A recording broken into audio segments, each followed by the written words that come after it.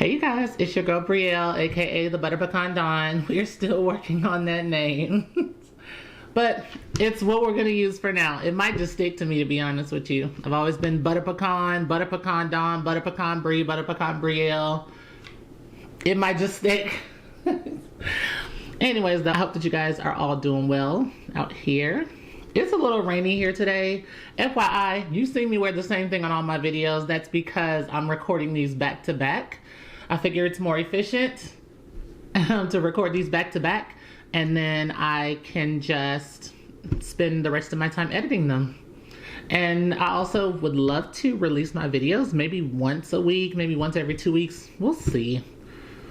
But yeah, that's why you see the same hair and the same. I promise y'all, this is not in real time. But today, again, this is in June. This is towards like the middle end of June. It's June 19th. And in celebration of the ongoing Pride Month, I wanted to talk a little bit about my journey as far as transitioning. My transitioning journey. In one of my videos that will come out a couple weeks from now, you will see, or a couple weeks from when this video released, you will see the video where I expand a little more on the transgender experience as far as things to know and just some tips about transitioning for anyone who's starting out their journey. But I wanted to talk a little bit about my experience transitioning. So let's start all the way from the beginning. So I've always felt like I was in the wrong body forever.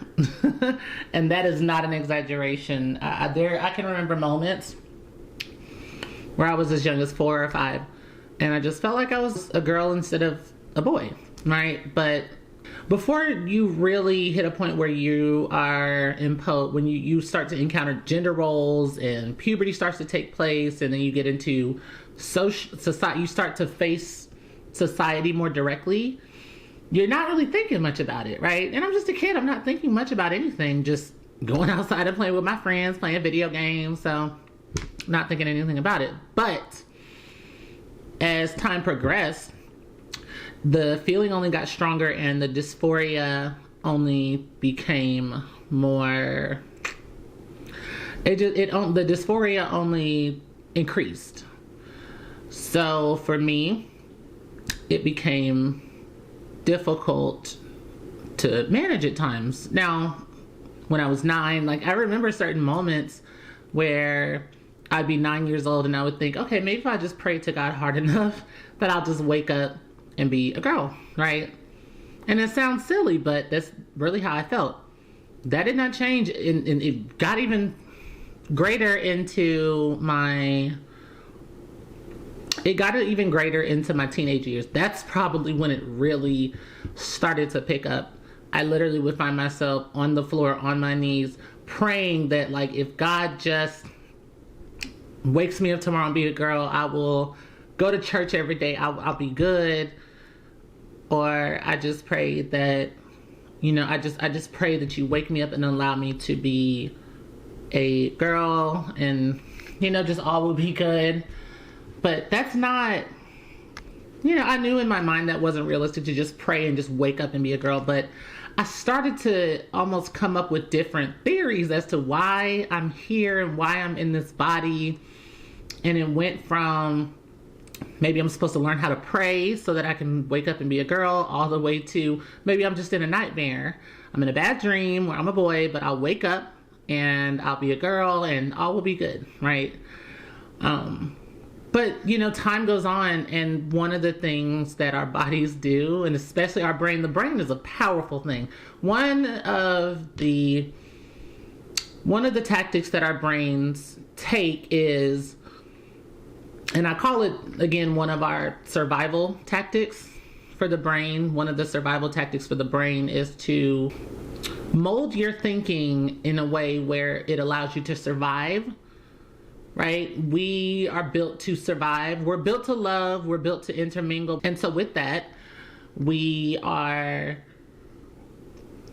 are certain things that your mind will do that allow you to survive in the times before you transition, and more so for me, right, allowed me to, just to continue onward, because let's be real, if I really allowed the dysphoria to increase and just keep going, probably wouldn't be here right now talking to you. So that says a lot about, dysphoria. And dysphoria can get really heavy. It's caused anxiety, depression. Of course, when I went off to college, it only increased from there. But I had to find ways how to deal with it. It wasn't easy. And at some point in my life, I thought, well, maybe I'll just accept who I am, and then maybe everything will just get better. And it didn't. And I remember it got to be so deep. I was so deep in the dysphoria. And I'll say this had to be the end of 2019. So, of course, 2020 hit. And we all know what happened there, right? COVID hits. We have nothing but time to reflect on ourselves and society. That was the turning point for me, where I said, you know what? I can't do this anymore. I have to make a change, right? And I had my hesitations as well, because you have media and pop culture that paint the trans community to be a certain way. And you paint transgender life to be a certain way as well.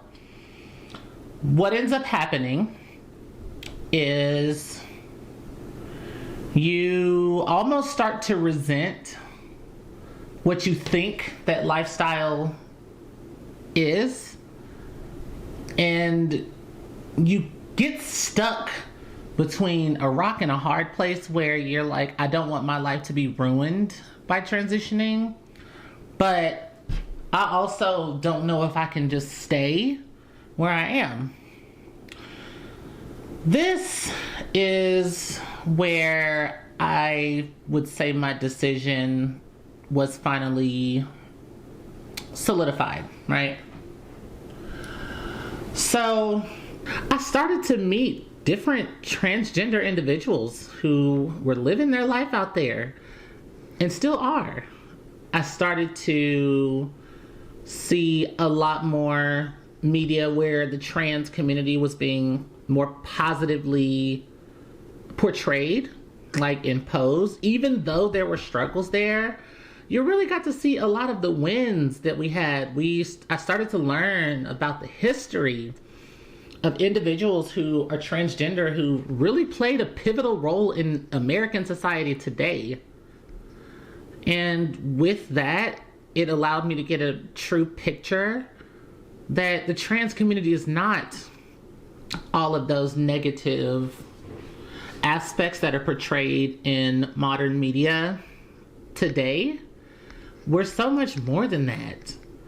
And it was that moment that allowed me to say, you know what? I'm going to do this. And when I decided to do that, I prayed. I don't know if any of you have seen my previous videos, but I'm a devout Christian, so I prayed. I really had to pray on it.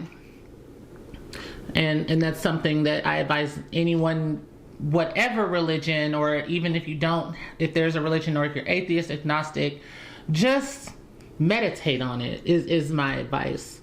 Or if you pray to a higher power, then pray on it. Really pray and ask for that guidance. And so for me, and I guess this example with me being a Christian, I prayed to God. I said, my prayer went to the tune of, if this is for me, then I pray that you order my steps. And I pray that you line the path for me and order my steps and hold my hand each and every part of step of the way. And if it's not, then I only trust what is in your will for me. And I prayed that prayer because there's never been once where God has ever led me astray. Anything that was ever for me, anything that was for me has always fallen into my lap. Obviously, when I deserved it and when God saw that I was ready for it, but it was never when I wasn't deserving of it. It was never going to be something I wasn't ready for. So I trusted that, and I trust anytime, even beyond this, that if it's for me, that God will deliver it. And he did. Just FYI, part of the requirements in order to transition, it's not like, oh, you just go to the doctor and you can just pick up some pills and start hormone replacement therapy. It's a lot more than that. So you need a letter from a primary care physician. You also need a letter from a licensed behavioral health specialist that has seen you for at least a year's time. So what that means is they have to have seen you and they can vouch that you are of sound mind and that, yes, you are absolutely certain about doing this. I'm so thankful for, and I won't say her name here, but I'm so thankful for my behavioral health specialist. She's given me so much support through this whole thing. And also her being a Black woman is what just is the icing on the cake. I absolutely love her. So that's just been the biggest blessing, you know. And I had already had a primary care physician, or PCP, and my behavioral health specialist. So it was already there, and they were more than willing to provide those letters of recommendation for me. From there, I located an endocrinologist, and about 2 weeks later, I found out that my insurance actually covers it. So they have an entire gender affirmation team where they cover that on my insurance. That told me everything I need to know. That told me that God was right here with me. And he still is every day. Always. So that's where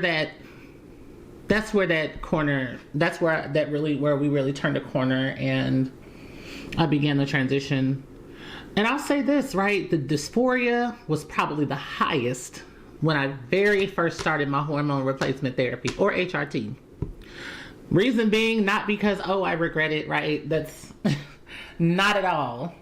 The reason being was because if you've ever been hungry and then you pull up to a restaurant and you're like, oh, I'm starving. Like you can almost, like you start salivating. You're like, oh, I know I'm about to eat good.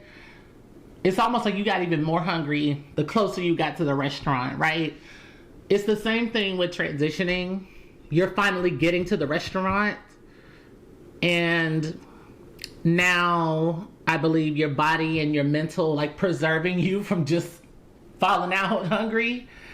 Your body's like, we're here. I don't have to be strong anymore. I'm good. Like I'm here. We're getting this. And so, of course, I'm like, dang, I can't wait till the boobs come in. I can't wait till the hips come in. I can't wait till my skin gets softer. I can't wait until, you know, everyone finally adjusts to calling me by my new name. So all of that is happening. And so the dysphoria was high at first, but what I've learned, and this is someone I really admire, her name is T.S. Madison, if you've ever watched her. Perfection is duality.